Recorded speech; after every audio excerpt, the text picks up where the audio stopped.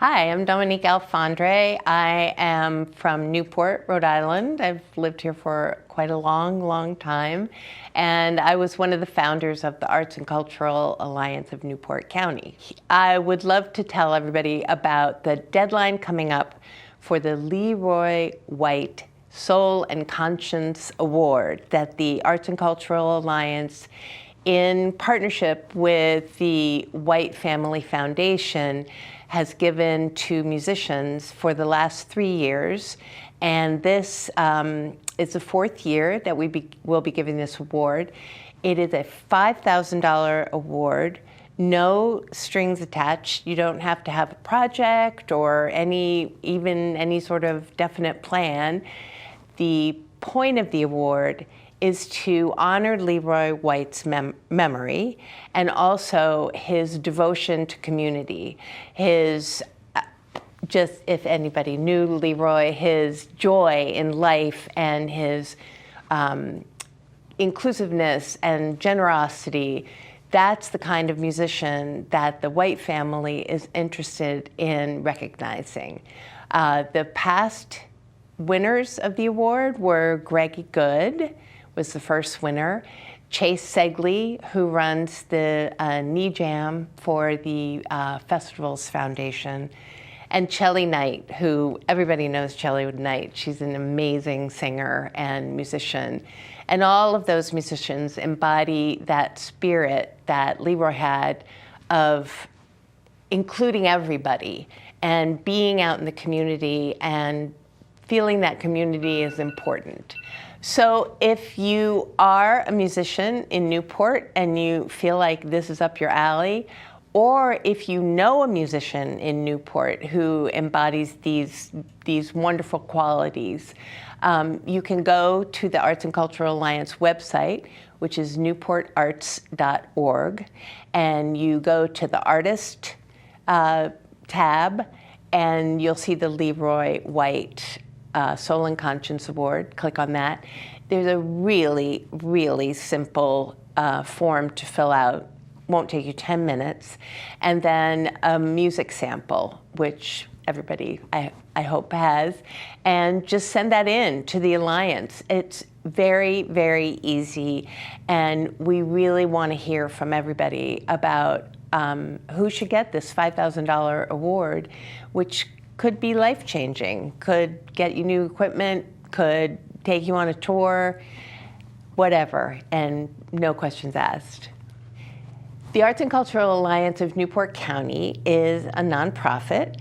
It is an all-volunteer-run organization, and its mission is to serve and promote arts and culture in Newport County. So the ways we do that are through networking and gatherings.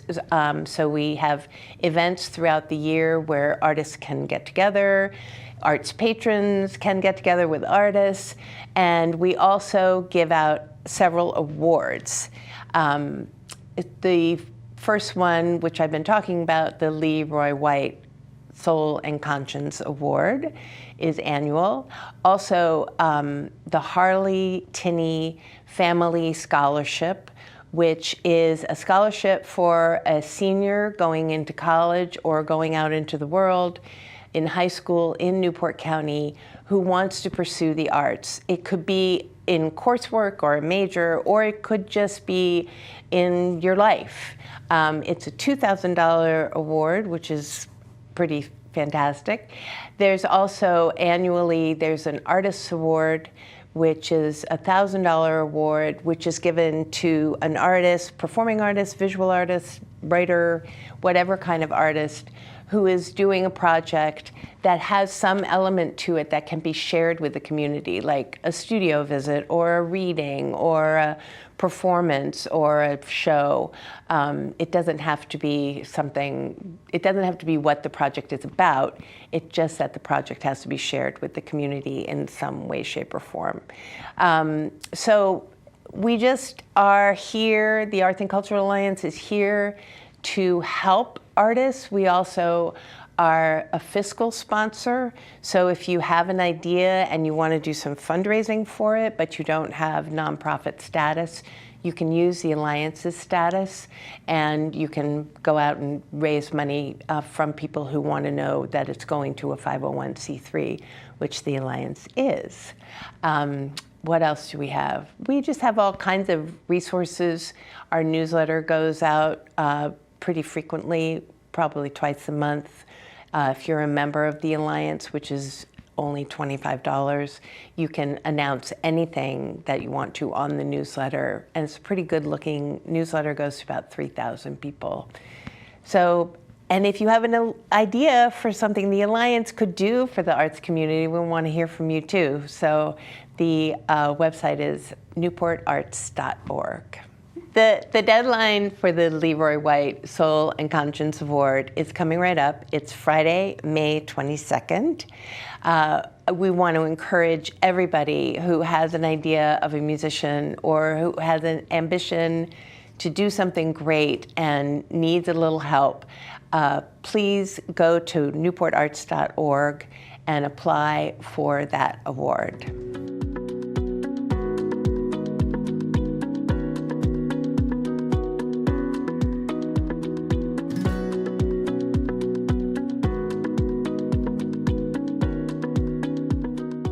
Joining me now on East Bay Today, I have Deb Estrella from the Tiverton Public Library. Deb, welcome to the show. Thank you, Connolly. It's great to be here. And you are the head of adult services? Yes. Am I getting that right? Yep, I'm the adult services librarian, which means that I coordinate all of the adult programs at the library, and I also do our public outreach. I cannot wait to talk to you because it just is so exciting, all the things you have going on. So we'll get to that. But first, let's just introduce you to our viewers. And I mean, how long have you been in this position? And do you love your job? I bet you do. I would love to have the job that you have. I do love my job, and we have a great team.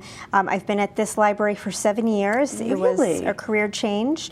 I was a freelance editor in a training space for many years, but decided I wanted to apply my training skills and research skills to something more tangible and helping the public. So I went back to school and got my master's. Community building, yes. I'm sure it feels like that, right? Absolutely.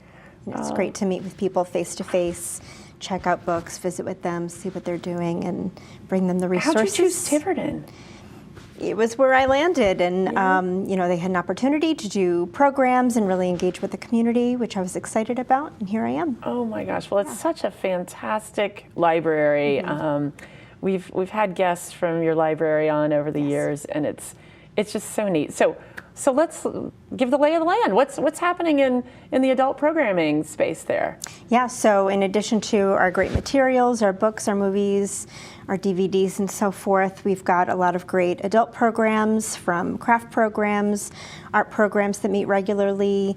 We've got a great Library Foundation speaker series with really top-notch speakers every month through August. Any examples? So forthcoming, we have Ambassador Chris Hill, who is the former U.S. Ambassador to Iraq. We've got, yes, Jeremy Grantham, who's a respected and influential voice in global investing. So we've, thanks to donors for our foundation, we've got some great speakers coming up. I didn't even know you had this speaker series. For sure. We also have some history programs in honor of the 250th anniversary of the country. So we've got Fred Zillion coming to speak about Nathaniel Greene and his wife Katie and their relationship, and especially her life during and after his life. And that's in honor of John Fitzgerald, a former staff member who passed away. We've got a partnership with the Tiverton Arts Council where we host a film once a month around an artist or an author. This month we're going to be talking about Jane Austen and the film Becoming Jane. So we watch the film and we talk about it. Oh, how fun. Yeah. And we've got our big event next Saturday. It's going to be our Spring Garden Expo. I think it's our 4th annual expo. Is this April 4th? Am I getting April that? 4th, yes. Okay. So we're going to have URI Master Gardeners there doing soil sample testing and giving advice. We're going to have organizations from all over the region, from the Audubon Society, the Tiverton Farmers Market, all kinds of organizations, family activities, free seeds. So it'll be huge. It'll be library-wide. So we're my excited about gosh. that. That Yeah. sounds amazing. Wow. All right. So all of this is in adult services. Is there Yes. more? There is more. I do want to point out. Yeah. Sorry for my cough. No, no problem. Thanks to our children's department who put in for a special grant. We are one of 3 public libraries and 3 schools in the country that is hosting, and forgive me for checking my notes. I want to get this right. Please, everybody brings notes, and you should, Yes. because there's so many things. I don't know how you Yes. remember it all. So we are hosting an 1823 William J. Stone engraving of the Declaration of Independence. Wow. That is thanks to the Foundation for Art and Preservation for Embassies and Crayola Learning. We got a lot of Crayola supplies in celebration of the 250th. And you're just one of 3 libraries in the country? And 3 schools, so we are actually kicking it off. We got the Declaration in February.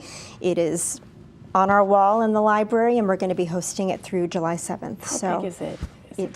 It's big, really and big, you can see right? the signatures, and it's beautiful and really an incredible piece of my history. So gosh. we encourage folks to come and check it out Oh, absolutely. How long will you have it? through July 7th. Okay. Yes, we'll have a good long time. Okay. Wow, that's amazing. Yeah. All right, so that was through your children's Yes. services. I mean, there's so many cool departments in your library, and For sure. so when you came in, you went right into adult services. Right into yeah. adults, yep. And we have a great team. We have our children's department. They do story times for all different ages. They have art programs, STEM programs. During school vacation week, they make sure they have something every single day to keep the kids occupied. We have an active teen department that does craft programs, art programs, lots of creative writing, film screenings. So we make sure that we have something for the whole range and Yeah. the whole family. Yeah, and I'm sure you have all sorts of cool technology at the library, right? For sure. We also have a technology coordinator who teaches all of our technology classes in the month of April. Every Tuesday, she's going to teach a class on how to use AI for improving your health and wellness, from creating recipes to tracking your fitness. And she also does one-on-one technology classes. So if you ever have a question about any type of technology, you can make an appointment As with we her. all do, right? Absolutely. Oh my gosh. It changes constantly. So she's always there to do one-on-one appointments with folks. Okay. Well, so what's the next thing you're going to? Do you go to all the things that you're planning, or For the is most that physically possible? It's not physically possible, but I do as much as possible. We've got a craft program on Monday that's full up, where we're having Stacy from Pocket Needle Felting is going to teach us how to make a cute, sweet little sleeping bunny. We've got our for Easter. for Easter. Yeah. We've got our watercolor group that meets every Tuesday. It's a drop-in group. Folks just bring their watercolor painting, whatever they're making, Yeah. and visit. Are there charges for any of this? All of our programs are free and open to the public. We're really proud of that. Oh my we have an active friends group. They do book sales. The next one's going to be April 11th from 10 to 3 at the library. All of those sales, all of the proceeds go toward our free museum passes and our programs for all ages. So we're able to offer all of that to the public for free. Oh my gosh, that's amazing. Well, it sounds like you have the best job in the world. It's not bad. Yeah, yeah. Well, what else do you want to cover? Oh goodness, what else do we have?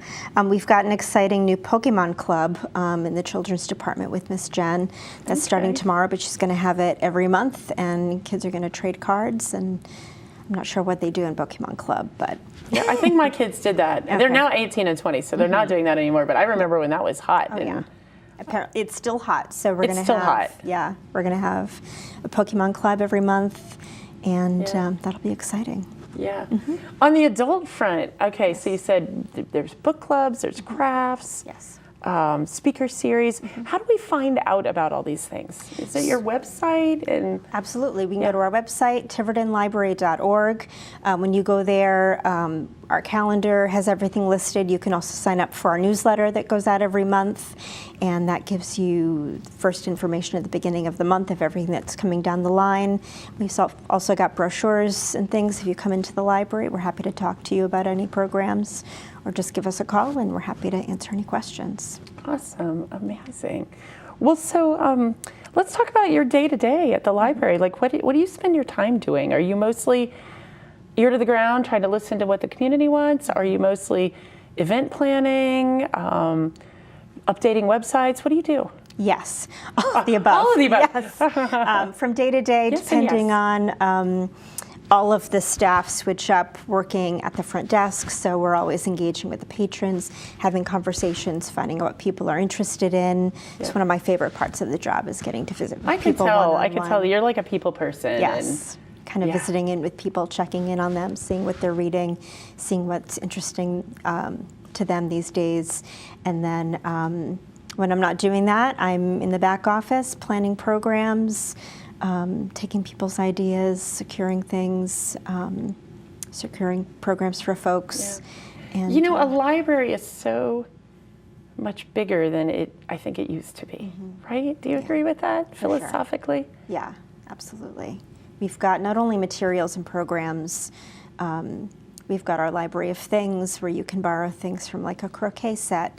If you're having a cookout or Really? something and you don't have a croquet set, but you don't want to buy one just for that one event, or if you've got a project at home that needs a stud finder, you don't want to buy a stud finder just for one project.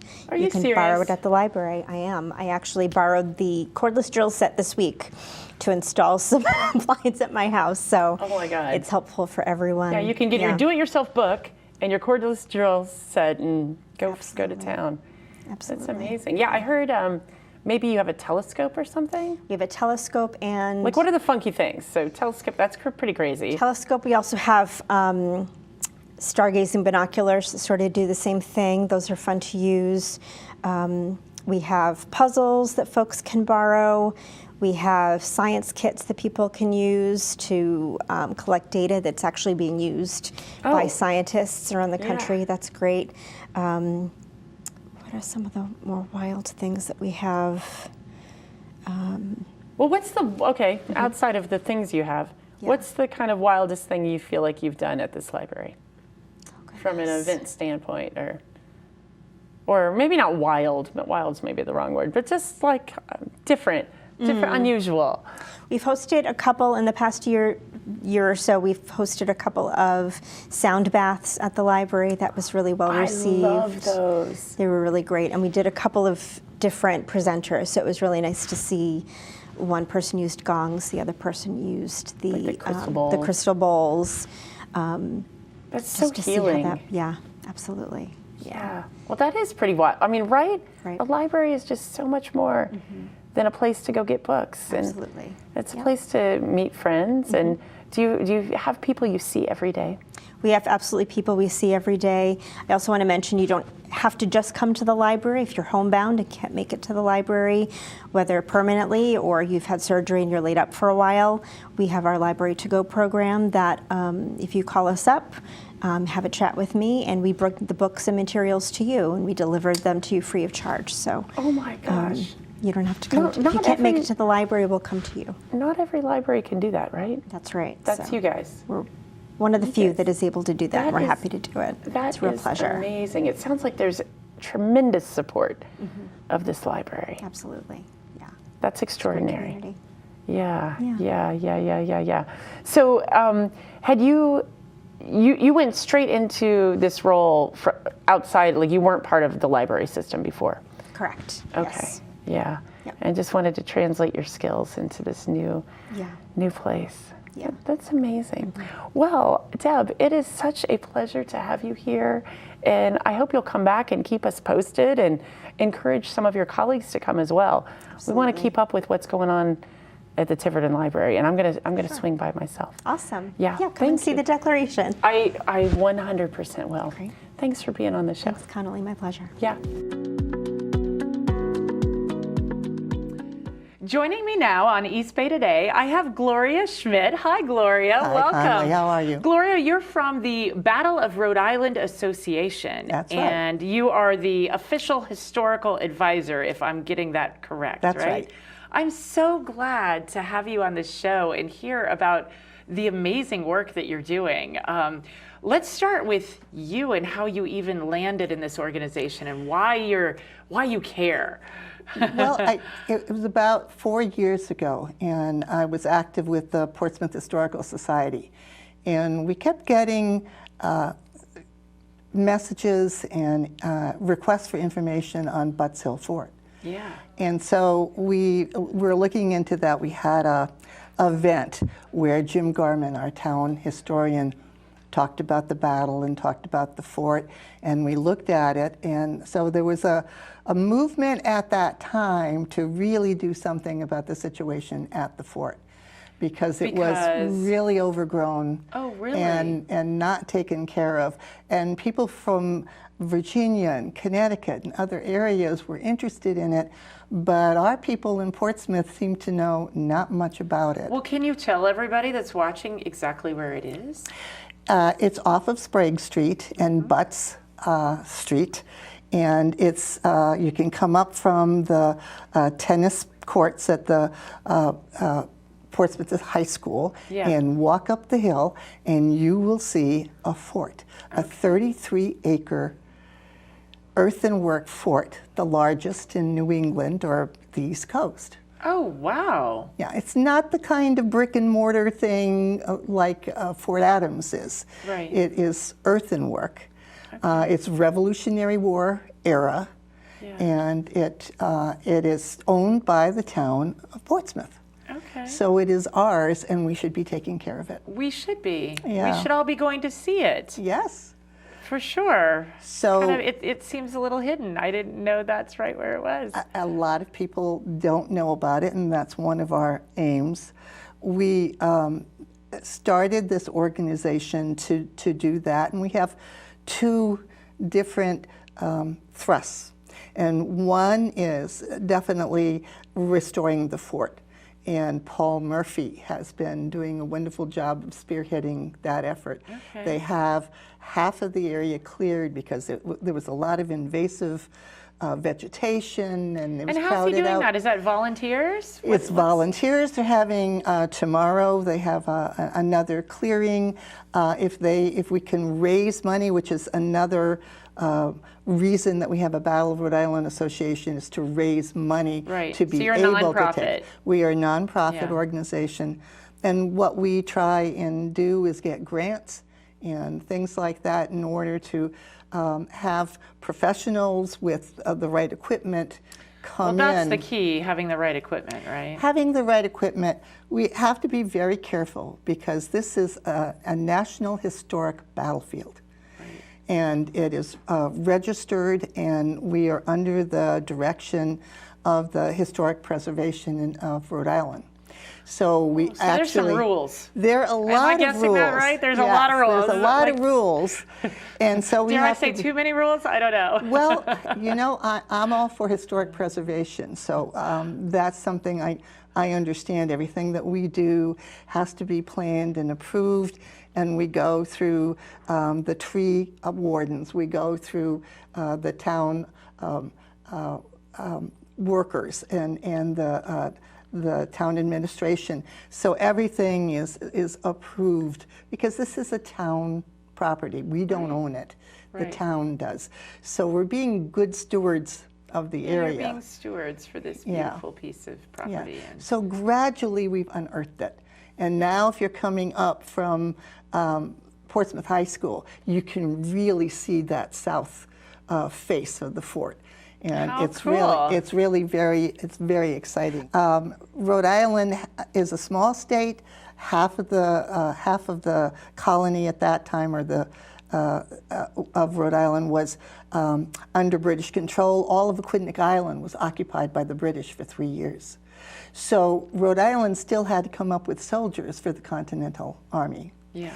So Nathaniel Greene, who was a general that was second under George Washington, came up with the idea that we could offer freedom to those who were enslaved. We could offer opportunities to those who were indigenous. And so this first Rhode Island regiment, we call it the Black Regiment because it was black and indigenous soldiers. The officers were white, but that was really unusual in those days. Oh, yeah, kind of progressive or something in those Progressive in the sense, and in the Battle of Rhode Island, this particular regiment proved themselves really worthy. they did a magnificent job of defending a very important redoubt, and probably turned the course of events in that battle. And there were at Butts Hill. That one, there is a wonderful monument. It's called Patriots Park. Oh, it's yeah. off of West Main Road, Yes, I and know this that. is all in honor of the Black Regiment.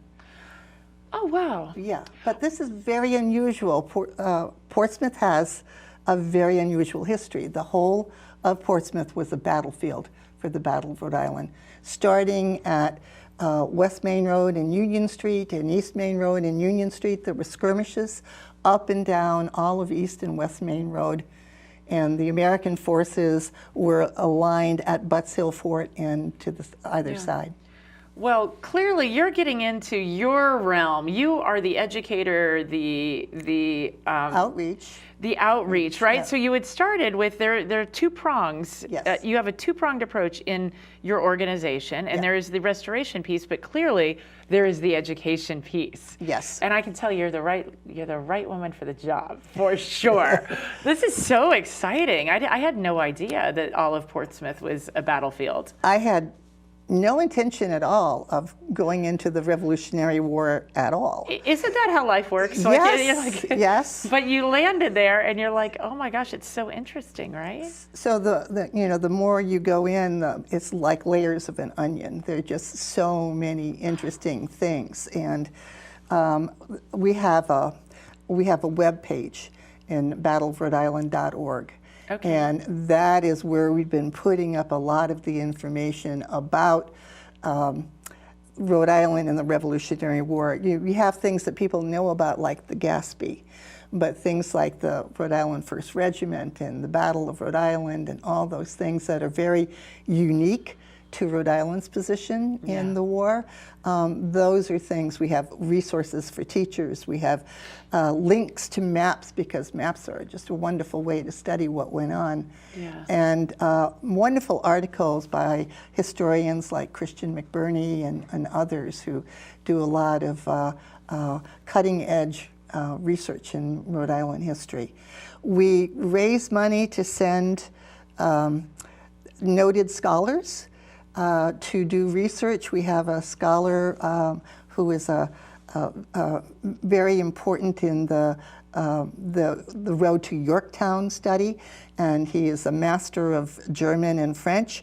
So we sent him to France because actually things got started by the British and Americans at the fort, but it was actually the French with Rochambeau and Lafayette that actually finished Butts Hill as a real fort, because it wasn't enclosed until that period of time. Yeah. So he went to look at the journals of the French engineers and the masons so that we have a better idea of what the construction process was. Sounds like money well spent. That's amazing. But that's the kind of thing that we do to get that side of history. You keep doing, you're amazing. It's clear you're passionate. I'm so glad you've been on the show Thank you. and telling us all about this amazing work and this amazing organization. Okay, thank you. Thank you so much. You're welcome. Yeah. Thanks for joining us on East Bay today. We'll see you next time.